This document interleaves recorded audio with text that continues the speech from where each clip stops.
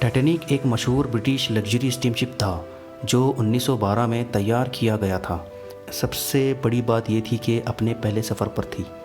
इसे England Southampton से USA New York city तक जाना था। ये सफ़र 10 अप्रैल 1912 को शुरू हुआ था और ये समंदर के पार 17 अप्रैल को पहुंचना था। दोस्तों ज़रा सोचिए, अगर आप ख़ुद को उस वक्त महसूस करेंगे तो क्या आपको कभी पता चलता था कि हम सही सलामत नहीं पहुंचेंगे? आखिर उस हादसे में जान गंवाने वाले लोग उस वक्त क्या सोच रहे थे, इसका अंदाज़ा हम कभी नहीं लगा सकते दोस्तों, क्योंकि वो रात एक क़यामत से कम नहीं थी। टाइटैनिक में पैसेंजर और क्रू की कुल तादाद लगभग 2224 थी। इसमें से सिर्फ 706 लोगों ने ये हादसे से बचकर ज़िंदा रहने का मौका पा लिया था। इस हादसे में 1514 लोग मारे गए थे। ज़रा सोचिए क्या आलम था उस वक्त। इन तस्वीरों से अंदाज़ा लगाना भी बड़ा मुश्किल होगा। चारों तरफ अफरा तफरी, शोर, चीखने की आवाज़ें, इतना ठंडा पानी, लगभग -1.8 डिग्री सेल्सियस। इसका मतलब हुआ इंसान जी सकता है सिर्फ 12 से 25 डिग्री सेल्सियस पर। -1.8 डिग्री सेल्सियस पर तो इंसान हाइपोथर्मिया का शिकार होगा और अपना दम तोड़ देगा। जो डूबने से बच गए इतने ठंडे पानी की वजह से अपना दम तोड़ दिए। उनकी लाशें लाइफ बोट की वजह से तैरते नज़र आ रहे थे।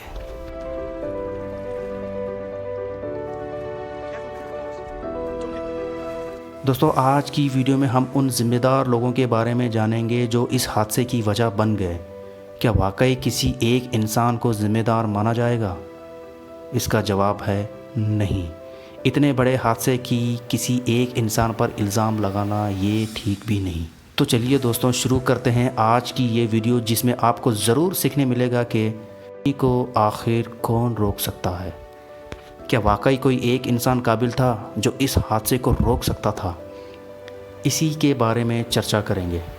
उससे पहले आप अगर नए हो इस वीडियो पर तो बेल आइकन प्रेस करें और प्लीज़ सब्सक्राइब करना ना भूलें। टाइटैनिक को बनाया गया था यूनाइटेड किंगडम बेलफास्ट नाम के एक आइलैंड पर। जिस शिपयार्ड में इसको बनाया गया था उसका नाम हरलैंड एंड वकफल था। टाइटैनिक का डिज़ाइन थॉमस एंड्रयूज ने तैयार किया था। इसकी लंबाई थी 882 फीट और 9 इंचेस, यानी बुर्ज खलीफा बिल्डिंग का 31% हिस्सा, और इसकी चौड़ाई 92 फीट 6 इंचेस। टाइटैनिक का वज़न करीब 46,328 ग्रॉस टन था, केजी, 2 करोड़ 1 लाख। दोस्तों टाइटैनिक जहाज़ का ये सफ़र शुरू होते ही इसने कई मुश्किलों का सामना करना पड़ा था। 14 अप्रैल 1912 की रात ये जहाज़ एक आइसबर्ग से टकराया, जिसका नुकसान जहाज़ के स्टार्टबोर्ड राइट साइड में हुआ था। ये टकराव से मानो एक बहाना मिल गया समंदर को और इस जहाज़ को अपनी ओर आहिस्ता आहिस्ता समेट लिया। टाइटैनिक एक मशहूर ब्रिटिश लग्जरी ओशियन लाइनर था जो आरएमएस टाइटैनिक के नाम से जानी जाती थी।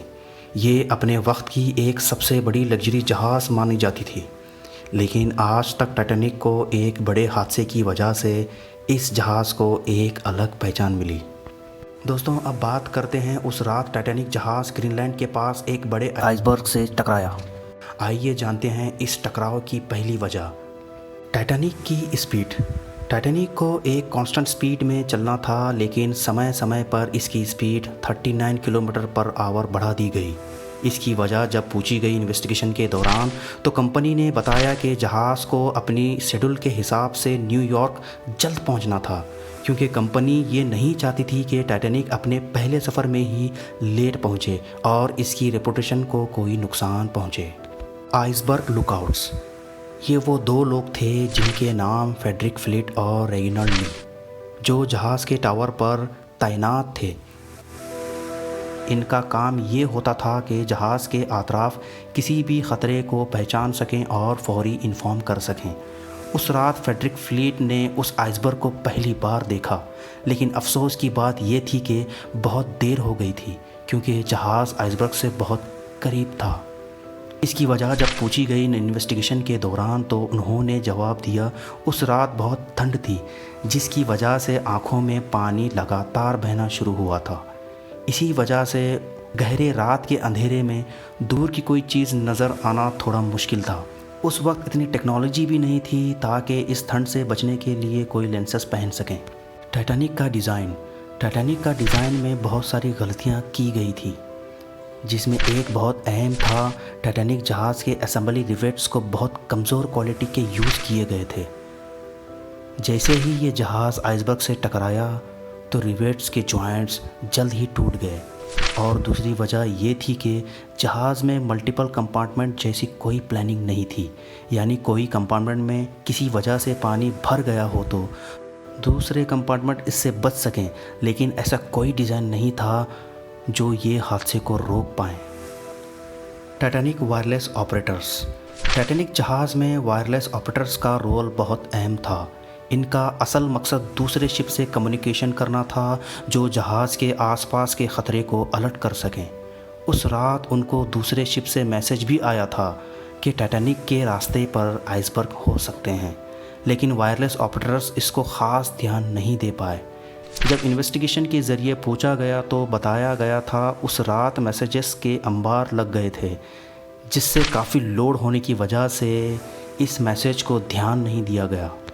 दोस्तों, आखिरी वजह थी, एक जहाज़ था जिसका नाम RMS कारपेथिया, जो ठीक टाइटैनिक जहाज़ डूबने की जगह से 107 किलोमीटर की दूरी पर था। लेकिन इस लिस्ट में इसको ज़िम्मेदार नहीं माना जाएगा, क्योंकि वो टाइटैनिक से काफ़ी दूर था और इसको सिग्नल मिला ठीक 15 अप्रैल 2:58 पर, जब टाइटैनिक की आइसबर्ग से टक्कर हुई थी 14 अप्रैल 11:40 पर, और पूरी तरह डूब गई 2:20 पर। दोस्तों, ये 4 बहुत अहम रीज़न थे जो टाइटैनिक जहाज़ को डूबने से कोई नहीं बचा पाया। हो सकता है इन चारों में से कोई एक ही अपने काम में ध्यान देता तो शायद ही ये हादसा होने से बच जाता। दोस्तों, आखिर आप सोचते होंगे कि 1 सदी पूरी हो गई पर लेकिन अभी तक टाइटैनिक जहाज़ का मलबे की जांच आज तक चलती रहती है। ऐसा क्यों नहीं हो सकता कि डूबे हुए टाइटैनिक जहाज़ का मलबा ऊपर लाया जाए और एक नया रिकॉर्ड बनाया जाए? लेकिन ऐसा होना अपने आप में एक बहुत बड़ा चैलेंज होगा। जहाज़ के मलबे को ऊपर लाना बहुत मुश्किल माना जाता है। इसके कुछ वजह हैं जो इस जहाज़ के मलबे को बाहर निकालना नामुमकिन होगा। टाइटैनिक जहाज़ का मलबा उस जगह डूबा हुआ है जिसकी गहराई 12,500 फीट है, यानी 3.81 किलोमीटर। अब मान लीजिए कि बुर्ज खलीफा जैसी 5 बिल्डिंगों की हाइट के बराबर। इसी वजह से इसको बाहर निकालना बहुत मुश्किल है। बात का अंदाज़ा अभी हाल ही में एक इंसिडेंट से होगा।